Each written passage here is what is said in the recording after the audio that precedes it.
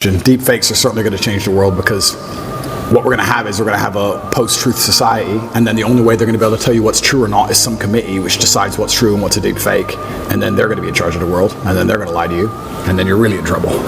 So that's going to be very interesting. Once you get to the point where, what did I say earlier about not being able to trust your own eyes? They're going to take that away from us soon. Then what? Then you're really in trouble. In regards to AI, I think it has to be adopted. Inside of my school, Hustlers University, we teach AI with absolutely everything. A lot of the images we generate, even on my Twitter account, is all AI.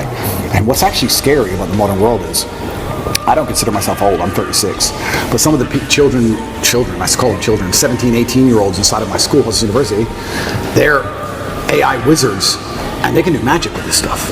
Magic. Like, they can literally, genuinely, Andrew Tate on the moon, and the image is generated in seconds. Like, artists are going out of business. I thought AI would put truck drivers out of business. Artists are going out of business. Musicians are going out of business. It's kind of scary. I do like to think that with things like AI, there's always going to be some degree of natural separation between the men who are genuinely inventive and killers and the men who are more... Let me change the way I say that. I think if you're an exceptional person, a truly exceptional person, you don't have to be afraid of nearly anything. But you'll probably agree with this. In my experience, in nearly every business in the world, you have 10% killers, and then you have a bunch who want the paycheck. They do their job, but I wouldn't say they're killers. You understand? Mm-hmm. And we live in a society for a long time where I didn't even tell you now, sometimes when I hire, I'll say to my cousin or to my COO, I'll say, look, either get one killer or 3 normal people. Because that's the reality, that's the basic, you either need 3 people to half do the job, or you need 1 killer to do the job. And I think that those 3 people who half do their jobs, enough to not get fired, they turn up most of it on time, but they're not really that motivated, those are the ones who have to fear AI. I think businesses in the medium term are going to become killers and AI.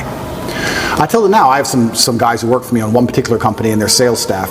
I was reading through the sales scripts. The killers doing really well, but the average guys have said, you're not doing much better than ChatGPT could do right now. I want to warn you that you're not doing much better that I could replace you with a machine today, let alone in 5 years from now, for free. You need to be careful. So I think it's just becoming more and more competitive. The idea that you can just be Joe Schmo, do your job, turn up, I don't try that hard, it's fine. I think that's all going to go out the window, because as the world becomes more competitive, as a company, you have to compete with your competitors, and the only way you're going to be able to do that is just, where do you cut the fat? Where do you cut the slack?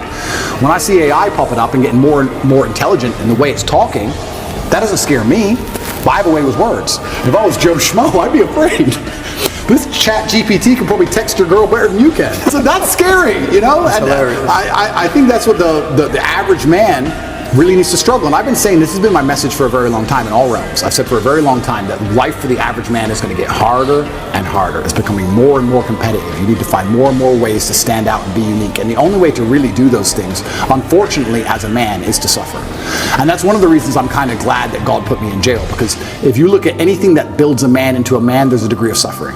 It's very hard to become a man and have a man who's respected and has stories and is capable when he only had a nice life and nice experiences. It's usually the things that made you the best version of you are usually the worst things that happen to you. So the demons I carry from jail, the fact that I can't sleep. The fact that I can't sleep, I've had girls say to me, you can't sleep, you need to see a psychiatrist. And I said, absolutely not. I would be furious if a psychiatrist walked in here and took my demons from me. I don't care if they could fix me with a click, they're mine. And they were bestowed to me by God. And they are mine to deal with, and they are mine to fix, because that's how I become a better version of me. I would be furious if someone took them away from me.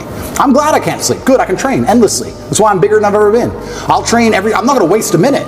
But all the demons that have been given to me by God and all the problems that have been given to me by God are mine to fix. I would never, ever allow anybody else to take them from me. I'd be furious. Mm-hmm. If a psychologist came in and said I could cure you, I'd say, no thank you, I will cure myself. I don't care if it takes 10 years. I'll cure myself. That's my job. And I know that when that's done, I will be more mentally resilient than I ever would have been without jail. That's the whole point of it, right? So many men say, I want to be the man, but they don't want to suffer, they don't want to fight, and I don't understand why, because even if you look at a superhero movie, they tell you, even in superhero movies, they make it very clear, Batman's parents died, that's why he's Batman. All the bad things have to happen. There's no way to get there without the bad things. I get so many emails from people complaining about their bad things, and I don't have time to reply to any of them, but if I could, I'd say, good luck, congratulations, off you go. Of course she broke your heart. Of course you're sad, of course you miss her. She's with me now. That's life. That's part of it. That's the only way you're going to get to that level of resilience. You can't become the man any other way. So yeah, I thank God for everything bad that's ever happened to me and all the demons, and I trust that he's not going to give me anything I cannot in the end decipher and deal with. In the end, I think it's a puzzle, and you decipher it and you work out the best way to deal with it, and you internalize the good parts, and you become a better and stronger and more resilient person for it. So I have to thank God for every single one of them. If being average is not acceptable anymore. At all. It's not acceptable anymore, and it's not acceptable in the sexual marketplace, but it's also just not acceptable, I don't think, even in life anymore. Period. You have to diversify now so much to even protect yourself. The idea that you can just be a law-abiding citizen in a country and just work your job and be okay is gone. It's gone. If COVID doesn't prove that, I don't know what will. Yeah. Look at my situation. You have to diversify. You have to be smart enough that you have assets and friends and capability and lawyers and whatever all over the world now. That's the only way to protect yourself. You can't just sit within one jurisdiction and go, oh, well, but I don't speed, so it's going to be okay. I don't think it is. I think it's coming to a point where it's not going to be okay. And AI is going to make it harder and harder, again, for those average men. It's going to be harder and harder. I don't think the exceptional men are ever going to suffer from AI. I think we're going to use AI.